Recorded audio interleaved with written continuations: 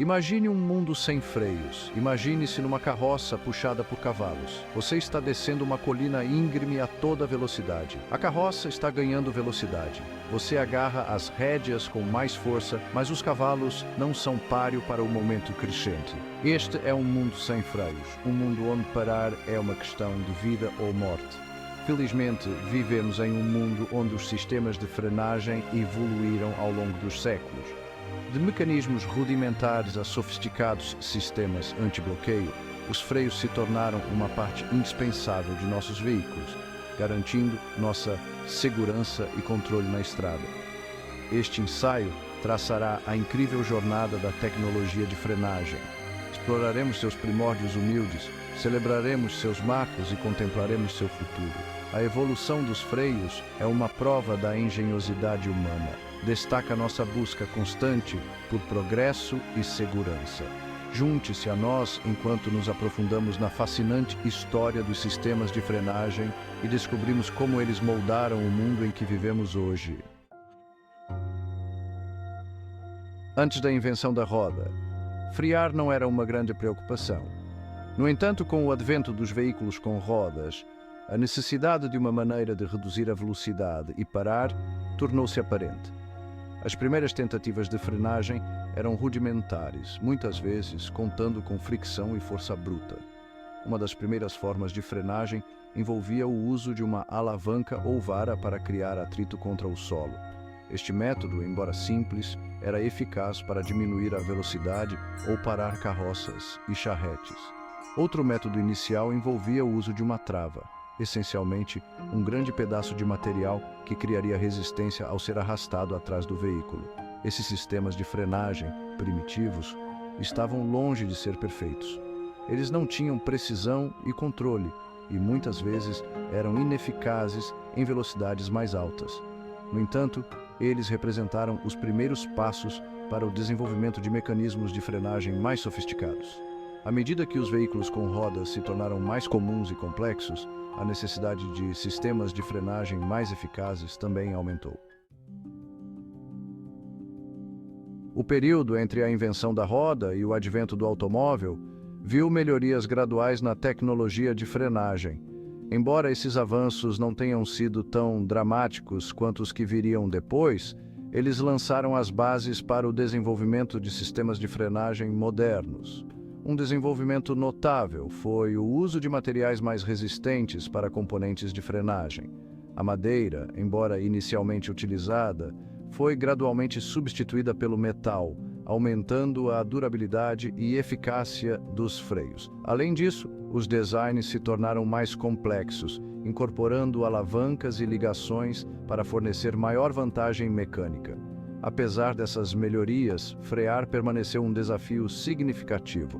Os veículos estavam se tornando mais rápidos e pesados, e os sistemas de frenagem existentes lutavam para acompanhar. A necessidade de uma solução de frenagem mais confiável e eficaz estava se tornando cada vez mais aparente. Foi apenas no final do século XIX, com o alvorecer do automóvel, que a tecnologia de frenagem passaria por uma verdadeira revolução. Seção 4. Sapatas de madeira para parar rodas de madeira. Os primeiros freios, projetados especificamente para veículos com rodas, eram dispositivos simples. Esses freios consistiam em sapatas de madeira que pressionavam contra os aros das rodas. O atrito entre as sapatas e os aros diminuiria a velocidade do veículo. Essas sapatas de freio de madeira eram operadas por alavancas manuais ou pedais. Embora eficazes em baixas velocidades, esses primeiros freios tinham limitações significativas. O atrito constante gerava uma quantidade considerável de calor.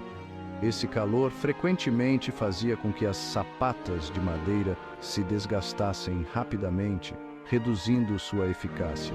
Além disso, esses freios forneciam pouco controle, tornando difícil parar suavemente. Apesar de suas limitações, essas sapatas de freio de madeira representaram um passo importante na tecnologia de frenagem. Eles demonstraram o princípio básico de usar o atrito para diminuir a velocidade ou parar um veículo. Este princípio formaria a base para todos os sistemas de frenagem subsequentes. No entanto, estava claro que uma solução mais robusta e eficiente era necessária. Seção 5. Freios de cinta. Um passo rumo a uma frenagem melhor. À medida que a tecnologia progrediu, os freios de cinta surgiram como uma alternativa mais sofisticada às sapatas de freio de madeira. Esses freios utilizavam uma cinta flexível, normalmente feita de metal, que envolvia um tambor preso ao cubo da roda. Quando a alavanca do freio era acionada, a cinta se contraía ao redor do tambor, criando atrito e diminuindo a rotação da roda. Os freios de cinta ofereciam várias vantagens sobre seus antecessores de madeira. O uso de metal aumentou a durabilidade e a resistência ao calor, resultando em uma vida útil mais longa. Além disso, a área de superfície maior da cinta fornecia mais força de frenagem, tornando-os mais eficazes em velocidades mais altas. No entanto, os freios de cinta também tinham suas desvantagens. A natureza flexível da cinta os tornava propensos a esticar e escorregar, reduzindo sua eficácia com o tempo. Além disso, eles ainda eram suscetíveis a superaquecimento, especialmente durante a frenagem prolongada. Apesar dessas limitações, os freios de cinta representaram um passo significativo em direção a sistemas de frenagem mais confiáveis e eficientes. Seção 6. A borracha muda tudo. A invenção da borracha vulcanizada em meados do século XIX teve um impacto profundo em várias indústrias, incluindo a indústria automotiva. A introdução de pneus de borracha melhorou muito o conforto de condução e o manuseio dos veículos. No entanto, também criou novos desafios para os sistemas de frenagem.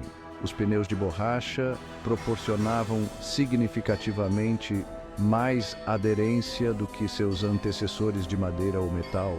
Essa aderência aumentada significava que os sistemas de frenagem existentes precisavam gerar mais força para diminuir a velocidade ou parar um veículo de forma eficaz. As limitações das sapatas de freio de madeira e dos freios de cinta tornaram-se ainda mais aparentes com o advento dos pneus de borracha. A demanda por sistemas de frenagem mais eficazes cresceu junto com a popularidade dos automóveis.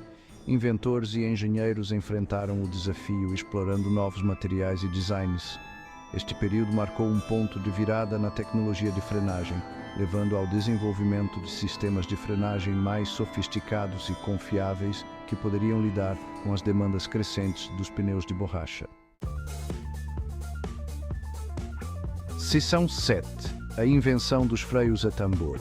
Em 1902, Louis Renault, um pioneiro francês do automóvel, revolucionou a tecnologia de frenagem com sua invenção do freio a tambor. Esta inovação marcou um afastamento significativo dos sistemas de frenagem anteriores e lançou as bases para a tecnologia de frenagem moderna. Os freios a tambor consistem em um tambor circular conectado ao cubo da roda. Dentro do tambor, duas sapatas de freio revestidas com material de fricção resistente ao calor são posicionadas. Quando o pedal do freio é pressionado, a pressão hidráulica força as sapatas de freio para fora contra a superfície interna do tambor, criando atrito e diminuindo a velocidade da roda. Os freios a tambor ofereciam inúmeras vantagens sobre os sistemas anteriores. Eles forneciam significativamente mais força de frenagem, graças à área de superfície aumentada do tambor e das sapatas de freio. O design fechado protegia os componentes de frenagem de sujeira e detritos, melhorando a durabilidade e confiabilidade. Além disso, os freios a tambor eram mais responsivos e ofereciam melhor controle em comparação com seus antecessores. A invenção de Renault rapidamente ganhou popularidade e se tornou o padrão da indústria por várias décadas. Os freios a tambor abriram caminho para sistemas de frenagem mais seguros e eficientes, inaugurando uma nova era de segurança automotiva.